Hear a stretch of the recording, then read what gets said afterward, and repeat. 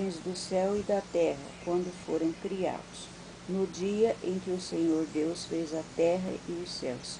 E toda a planta do campo que ainda não estava na terra, e toda a erva do campo que ainda não brotava, porque ainda o Senhor Deus não tinha feito chover sobre a terra, e não havia homem para lavrar a terra.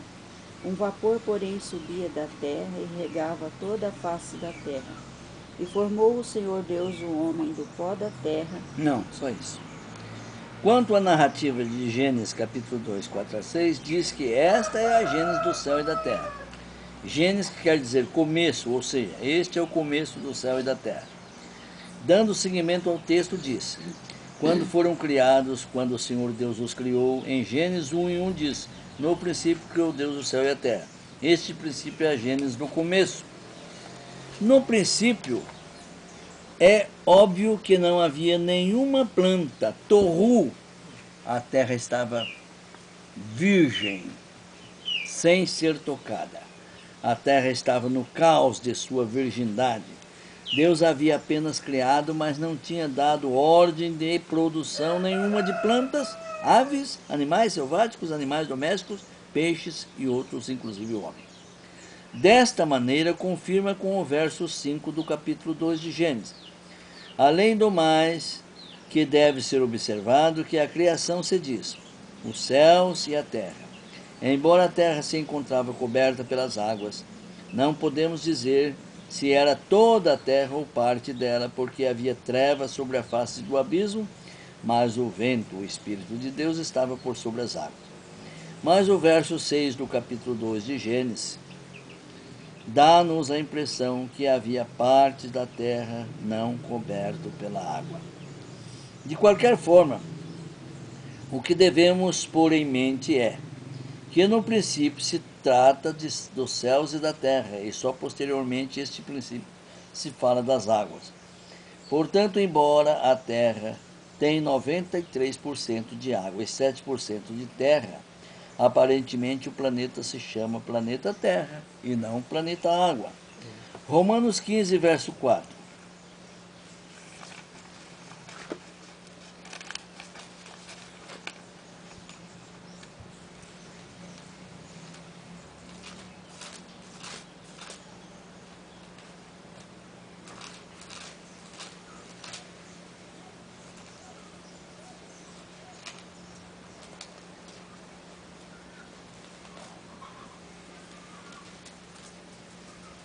Que tudo que dantes foi escrito, para nosso ensino foi escrito, para que pela paciência e consolação das Escrituras tenhamos esperança. O que é esperança? Fé. Então, tudo que está escrito para o nosso ensino. Se não está escrito, não adianta nós querer discutirmos. É o que científico quer discutir. Uma coisa que não está escrito na palavra de Deus. Se tudo que foi escrito para o nosso ensino e o que não está e foi escrito, não devemos, com nossas vãs filosofias, queremos acrescentar ou diminuir as escrituras, né? Portanto, o procedimento correto é aceitar como está escrito e ponto final, pois foi escrito por homens santos e inspirado pelo Espírito de Deus, segundo Pedro capítulo 1, verso 20 a 21. Segundo Pedro.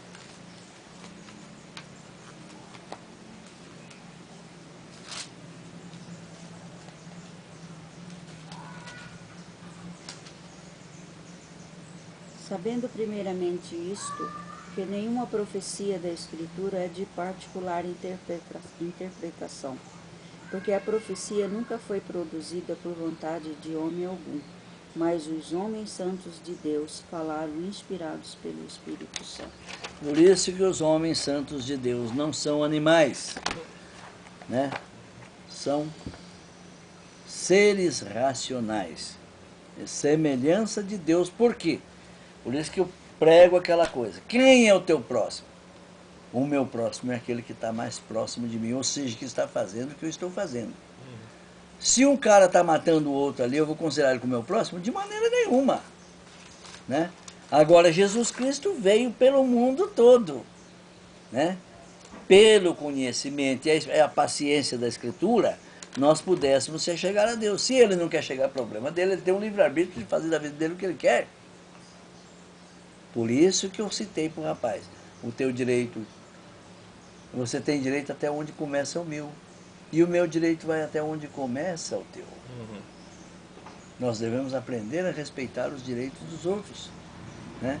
Ah, não, mas eu quero criar minha filha assim, meter a mão na cara dos outros, dar um tapa na orelha do outro, meu filho tem que ser valente, tem que bater, não pode apanhar. O problema é dele. Se a cabeça dele é assim, quem que vai contestar? É ele que quer ser assim. O que eu tenho que fazer? Não, irmão. Vamos fazer conforme a vontade de Deus. Nós não podemos fazer vingança de nada. Nós não nascemos para ser vingativos. Nós nascemos para servir a Deus. Fazer a sua vontade. Aquele que fez coisa errada, problema vai ser dele.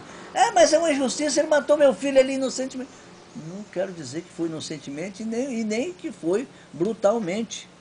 Ele matou, ele vai ter o seu juízo. Por isso que tem torru e borro. Borro é o juízo. Torru é você sem participar coisa nenhuma de coisa errada. Então é sério, irmão, é coisa incrível. Parece que não, mas tem muito a ver com nós, porque nós fazemos parte disso aqui. Queira ou não, você faz parte do mundo, você é o mundo. E a tua cabeça é o mundo, por isso que eu disse, a cabeça do homem é um mundo. Ele pensa milhões de coisas em milésimo de segundo, né? E o homem dorme com a cabeça e acorda com o outro. Isso é problema dele. Se ele não tem caráter para afirmar, ser um homem só, todo dia ele tem a mesma cara, amanhã tem uma cara ruim, outra depois correndo, outra depois rindo. Não, o homem tem que ter uma cara só. Aí chama-se caráter de Deus. Porque Deus não modifica, ele é imutável. E nós, para ser imitador, temos que ser a mesma coisa. A mente de Cristo. É difícil, é que a vontade da carne é muito forte, muito pesada, ela quer, né? Então é difícil. O que não podemos, em cima disso aí, é criar fanatismo. Não, nós temos que aprender e seguir aprendendo como está escrito, não fanatizar-se. Aperfeiçoamento. Aperfeiçoamento no Espírito. Faça a oração para nós, irmão, por favor.